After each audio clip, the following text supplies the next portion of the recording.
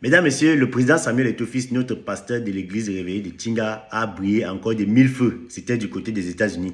Il a été invité par la mission 89 de l'ONU où il a prononcé un discours qui portait sur les solutions technologiques pour lutter contre l'exploitation et la traite des êtres humains en milieu de sport. Ce discours a d'ailleurs été très acclamé par toute l'assistance parce que en écoutant le discours, vous allez vous rendre compte que non seulement Samuel Eto'o ne se présente pas comme étant président de la Fédération camerounaise de football, il se présente comme étant un président de fédération de football. Il n'a pas précisé que Cameroun. Voilà. Ça veut dire que Samuel Eto'o, dans ce discours, il défend les intérêts de toutes les fédérations africaines de football. Enfin, toutes les fédérations de chaque pays africain. Je vais vous laisser écouter le discours de Samuel Eto'o et ensuite on va revenir pour coller notre commentaire. It is a great honour now to introduce Mr. Samuel Eto'o, please, President of the Confederation of Cameroon Football, former professional footballer from Real Madrid, Barcelona, Inter Milan, Chelsea, Qatar, and others, and four-time African Footballer of the Year. Thank you very much. Everyone can see the number. Merci. Monsieur le Président de l'Assemblée générale, Vos Excellences, Mesdames et Messieurs, permettez-moi de m'adresser à vous en l'une des deux langues nationales de mon pays, le français, pour partager avec vous une partie de mon histoire à travers le discours que je vais lire tout à l'heure, parce que j'ai été jeune, exposé au sujet dont nous parlons ce matin. Mesdames et Messieurs, je prends la parole ici en tant que président de la Fédération de football, mais aussi et surtout en tant qu'ancien footballeur africain. J'ai été jeune, j'ai rêvé moi aussi d'un avenir de footballeur professionnel en Europe. J'ai vécu les péripéties du départ en exil professionnel. J'ai enduré les difficultés d'intégration dans un environnement qui n'avait rien à voir avec le pays où je suis né et ai grandi. Je vous parle de vécu. J'ai beaucoup travaillé pour réussir, mais je reconnais aussi que j'ai eu plus de chance que d'autres jeunes de ma génération. Selon l'ONG Foot Solidaire, 6 000 mineurs quittent chaque année l'Afrique pour tenter leur chance en Europe. J'aurais pu être l'un de ceux qui n'ont pas réussi leur pari. J'aurais pu être pris au piège de faux agents de joueurs ou d'un réseau de passeurs sans scrupules. J'aurais pu rater tous mes tests et me retrouver sans papier comme beaucoup de jeunes en quête d'avenir. Ce sujet me tient à cœur, vous l'aurez bien compris, parce qu'il parle de moi, d'un destin funeste qui aurait pu être le mien. Mesdames et Messieurs, sans éluder les autres sports, je vais m'appuyer sur mon expérience dans la discipline que je connais le mieux, le football. En effet, les footballeurs africains évoluent aujourd'hui sur les terrains du monde entier et ils n'ont jamais été aussi nombreux. Selon une enquête du Centre international d'études du sport français, ils représentent 23% de l'ensemble des joueurs de première division en Europe. En Asie, la proportion atteint 27%. L'Afrique représente donc un réservoir de main-d'œuvre inépuisable et bon marché. C'est un incroyable gisement de talent dans lequel tous les clubs européens viennent recruter allègrement de manière légale ou non. Le voyage périlleux du migrant sportif n'aboutit pas toujours à un contrat de footballeur professionnel.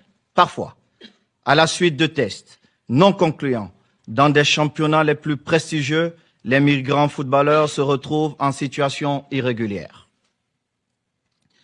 Dans les pays moins respectueux des droits humains, on leur confisque leurs papiers et ils deviennent clandestins. Endettés et traités comme du bétail. Pour appréhender ce phénomène, remontons à ses origines. Comment cet exode massif de footballeurs a-t-il été rendu possible? Le fait déclencheur a été identifié. C'est l'ouverture des championnats européens aux ressortissants des pays européens d'abord et ensuite aux joueurs venus de pays tiers. Le premier appel d'air fut l'arrêt Bosman.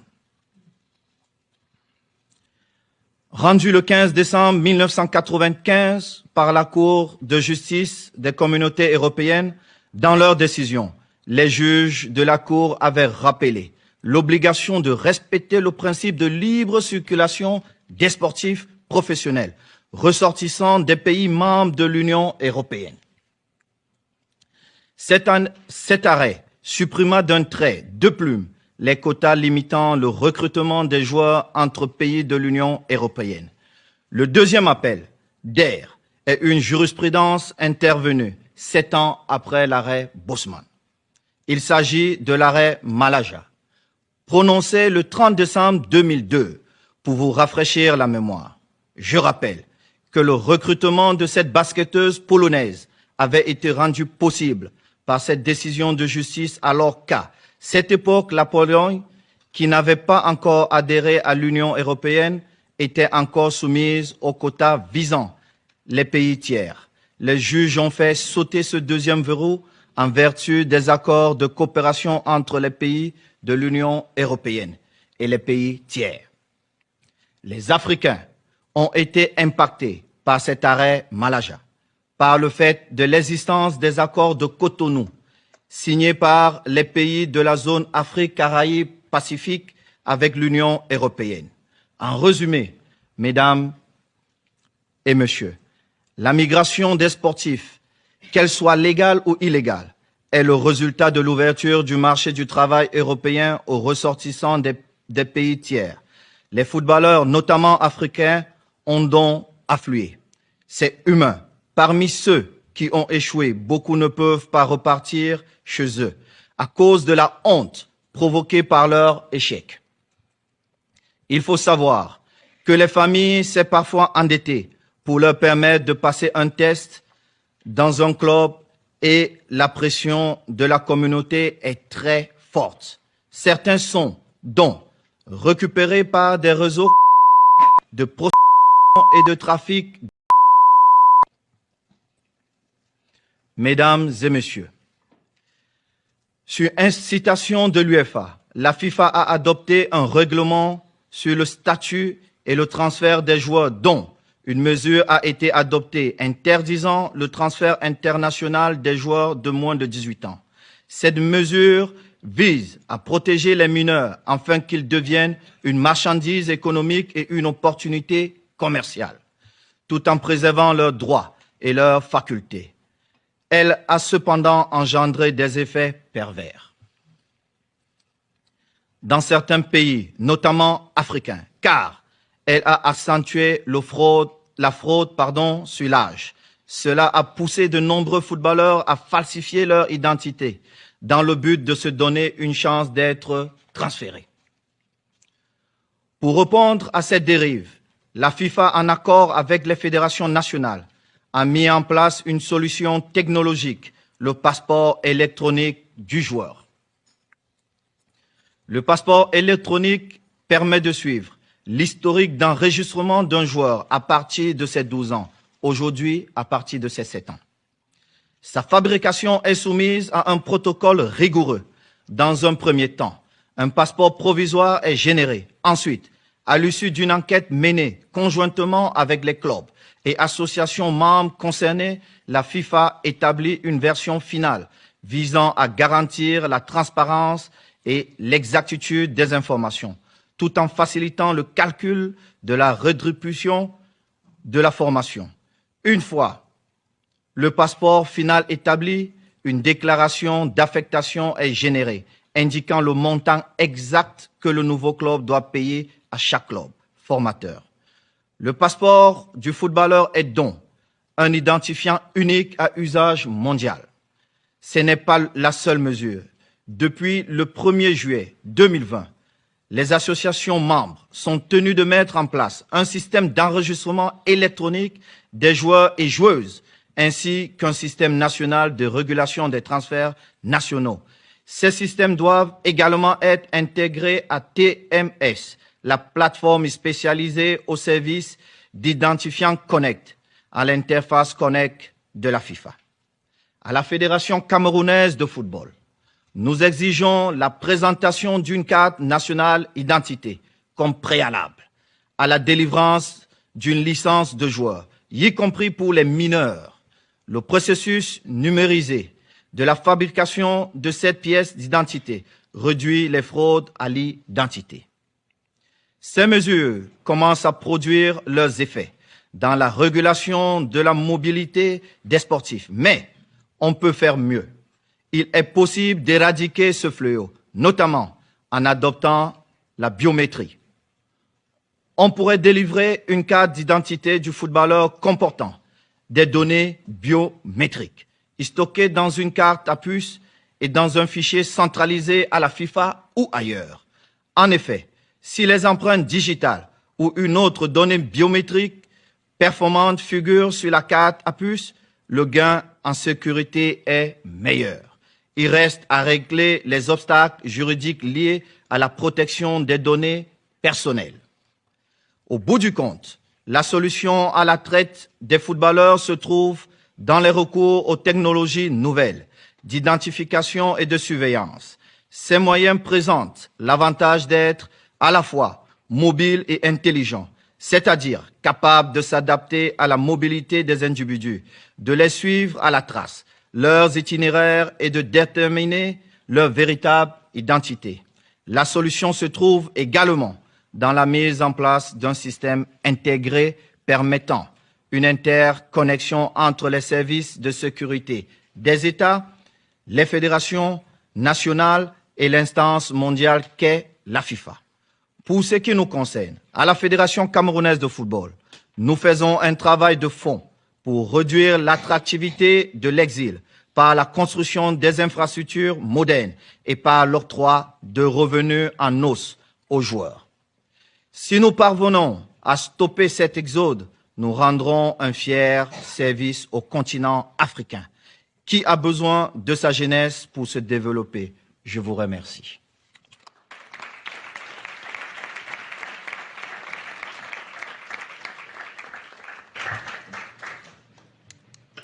Thank you. Bon voilà, vous venez d'écouter là le discours très intéressant du président Samuel Eto'o-Fils. Pour ceux qui ont bien écouté, il y a un problème qui se pose en fait et auquel la FIFA essaie de trouver des solutions et a même déjà commencé à trouver des solutions.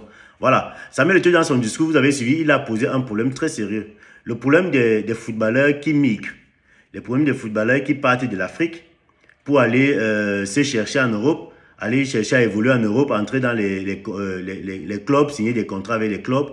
Parfois, il y en a qui passent par le désert, qui bossent pour arriver là-bas. Il y a même d'autres qui sont recrutés par les gens qui viennent de l'Europe là-bas. Ils viennent les recruter ici, on les amène là-bas. Mais sauf que ce n'est pas tous les gens qui arrivent là-bas en Europe pour aller jouer au football. Ce n'est pas tous qui réussissent à avoir un contrat. Donc, que tu sois passé par la mer, ou bien que tu aies été recruté par, c'est pas trop, un sélectionneur qui est venu de l'étranger et t'a amené là-bas.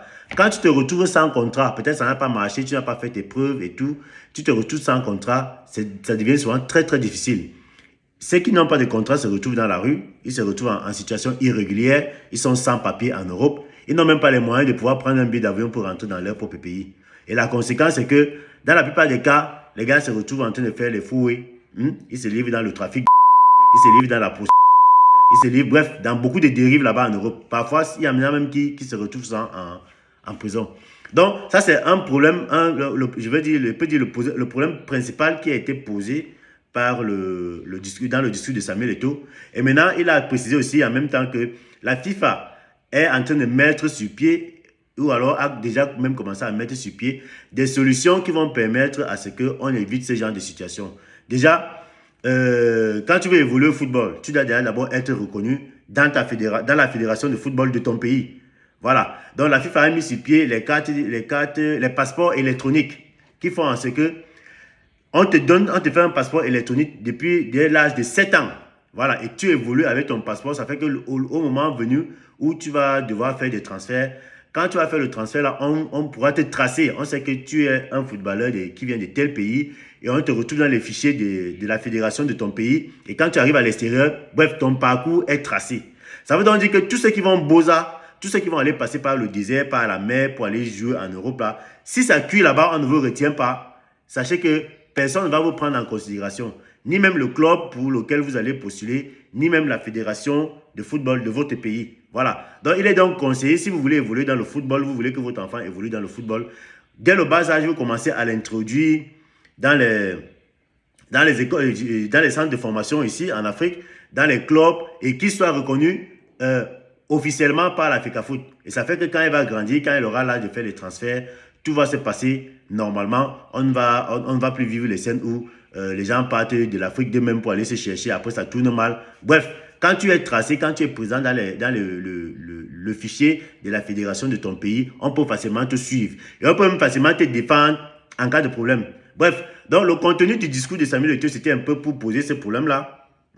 Et dire aussi les solutions que la FIFA est en train de mettre sur pied pour pouvoir mettre fin à ce genre de problèmes. Voilà, donc partagez donc cette vidéo au maximum pour que tous ceux qui rêvent de football, ou alors les parents qui rêvent voir leurs enfants grandir dans le football, vous puissiez prendre connaissance des mises à jour qui sont en train d'être faites tous les jours au niveau de la FIFA et au niveau des fédérations de football. Donc, partagez maximum cette vidéo afin que la sensibilisation soit élargie.